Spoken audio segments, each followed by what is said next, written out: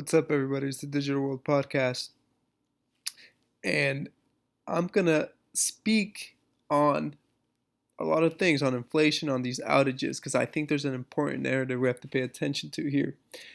And I didn't realize how big, this internet outage was. And you can see that a lot of people are calling it the day the internet broke down.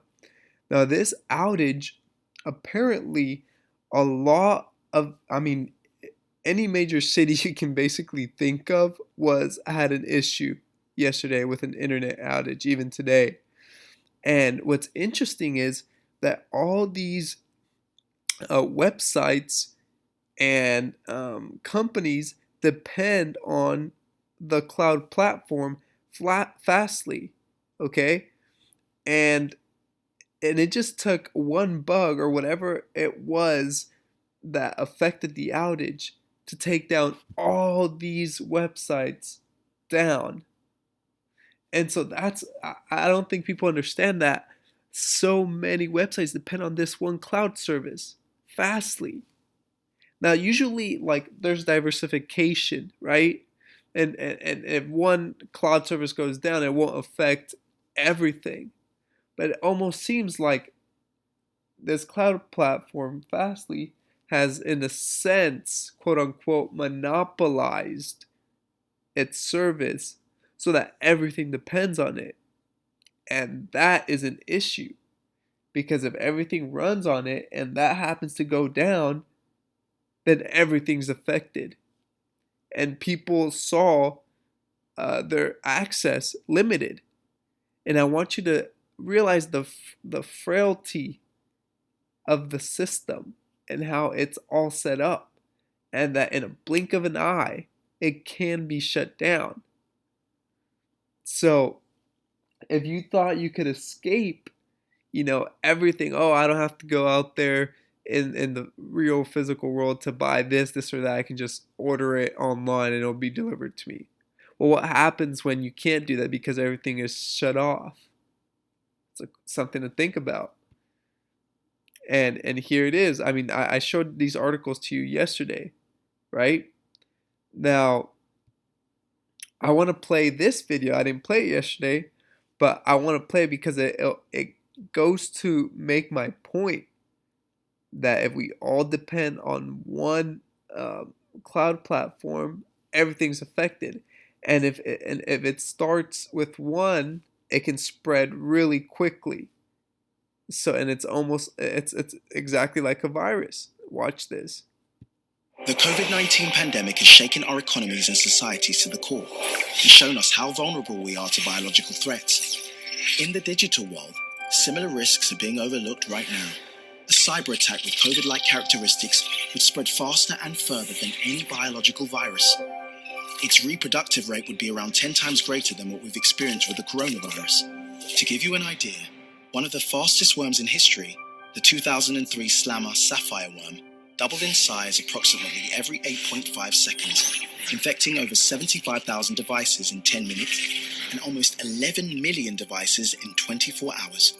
Fortunately, at least until now, cyber attacks have not impacted our health the way pandemics have, but the economic damages, and therefore the impact they have had on our daily lives, have been equal and sometimes even greater. You see, the only way to stop the exponential propagation of a COVID-like cyber threat is to fully disconnect the millions of vulnerable devices from one another and from the internet. All of this in a matter of days. A single day without the internet would cost our economies more than $50 billion, and that's before considering the economic and societal damages should these devices be linked to essential services such as transport or healthcare. As the digital realm increasingly merges with our physical world, the ripple effects of cyber attacks on our safety just keep on expanding at a faster pace than what we're preparing for. COVID-19 was known as an anticipated risk. So is the digital equivalent. Let's be better prepared for that one. The time is now. And so, can you just imagine of all this transportation that we use, all these hospital services being shut off, and you can no longer get the care that you need, or a loved one can't get the care that they need, and it's urgent? What happens then? It's a state of chaos. And so everything is like very interconnected. It's linked together. And so something like that would be very catastrophic. And that's why I'm pointing it out, because we're seeing these narratives unfold right before our eyes. And it's telling us we need to be ready for that moment because it's coming. Now, another thing is, I showed this tweet yesterday by Tyler Winklevoss, um, talking about, embracing Bitcoin. Now, that's interesting because now it's official. The Bitcoin law has been approved by supermajority in the Salvadorian Congress. And this is what the president tweeted out: 62 out of 84 votes. That's history. Now, also, CoinDesk put it out too, that it's official. Bitcoin will be adopted as legal tender. And this is very interesting because this sets the path for the IMF, for the IMF to hold digital assets on their balance sheet.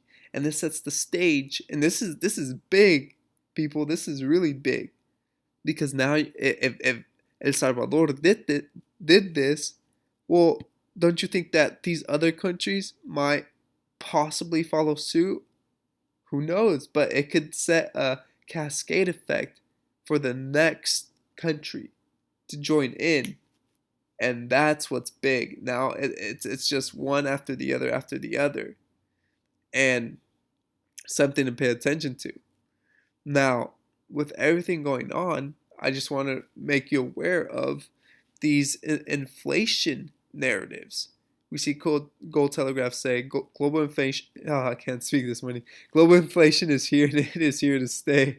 Look at the outstanding debt. You just can't print forever and not expect repercussions. And it's true. It's very true. We can't expect that there's going to be a free lunch, because there's never a free lunch. Peter Schiff says oil is now about $70. But more significant than the current price is how much higher future prices are headed. 80 to 100 is extremely likely this year, and 140 is a reasonable projection for 2022. Anyone who thinks inflation is transitory is either a fool or a central banker. Now, you got to think about this. If oil's going up, that means the gasoline prices are going to go up. And gasoline prices are already really high. And we're probably going to reach the national average record of 410 or far surpass it in the coming future. And what does that mean? Well, all the trucks that transport your food to the store are run on gasoline, so that's going to go up in price. So that means that food is going to go up in price. And so everything is connected. If you think, oh, it's just oil, it's just gas. No. Gas helps get groceries to the store. It helps transport things. And so that's where the real cost lies. So it's one thing affects another. And here's Zero Hedge posted: Chipotle says it increased its prices 3.5% to 4% across its menu last week. And every restaurant is upping their prices. I know I went to a restaurant the other day, and before the pandemic hit, they had a big menu, and they had slashed their menu to about, I'd say a sixth or a fifth of what it usually is. You could hardly order anything. They had taken almost everything off the menu. You had a limited amount, and the prices on it, they seem to have been higher than they once were. So not only did you have limited options, but you have to pay more for those limited options. And you see these things, and you ask yourself, how do I expect this to get better? It's only going to get worse. And I'm not talking about this to scare anyone. No, it's being realistic and looking at the facts and being prepared for that. So we know where the current is trending, and that's digital assets, and that's why we're here. We invested in it because it makes sense. And when we see these things happening, we have to position ourselves in the best way possible, and take advantage of that opportunity. And so that's why digital assets is something we talk about on this channel.